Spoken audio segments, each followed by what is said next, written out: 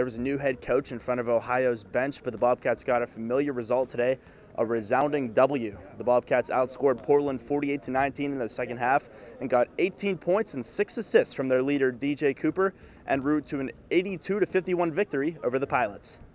Lots of emotions heading into this game, and for good reason.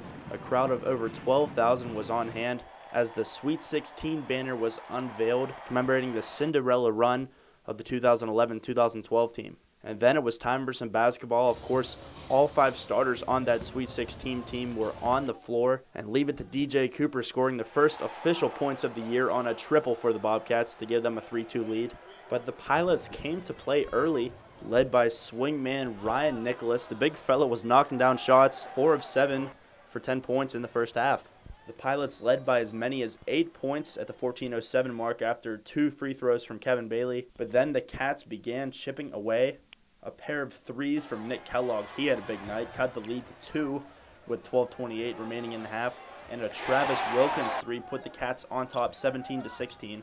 From that point, a lot of back and forth basketball. Portland would reclaim the lead again and stretch their lead out to 6, 30-24 with 2:13 remaining in the half. And at halftime, there was a deadlock, 33-33. The Bobcats struggled shooting the rock in the first half, just 13 of 32. 6 of those 13 makes came off of the left hand of DJ Cooper. He was on fire in the first half, 6 of 11, 15 points, 3 of 5 from beyond the arc. And as the second half began, the rest of the Bobcats began to catch fire as well. A 12-3 run to begin the half gave Ohio a large lead that it would never relinquish from that point on. In the second half, the Bobcats shot much better, 16 of 26.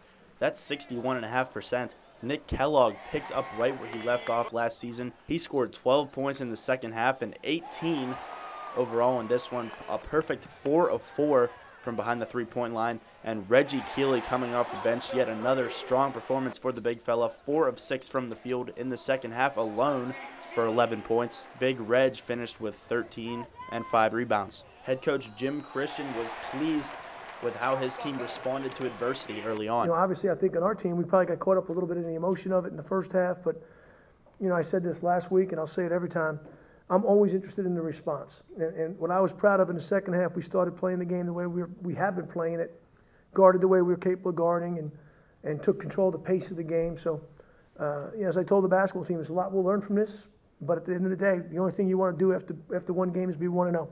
So it's the best way to learn.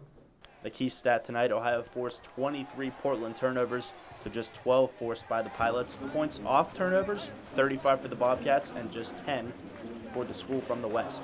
If you weren't able to make it out to today's game, don't worry, because Ohio's next 5 games will all be played at the Convo. Next up is UNC Wilmington next Friday. Reporting from the Convocation Center, I'm Pat Chiesa. This is the Bobcat Sports Showcase.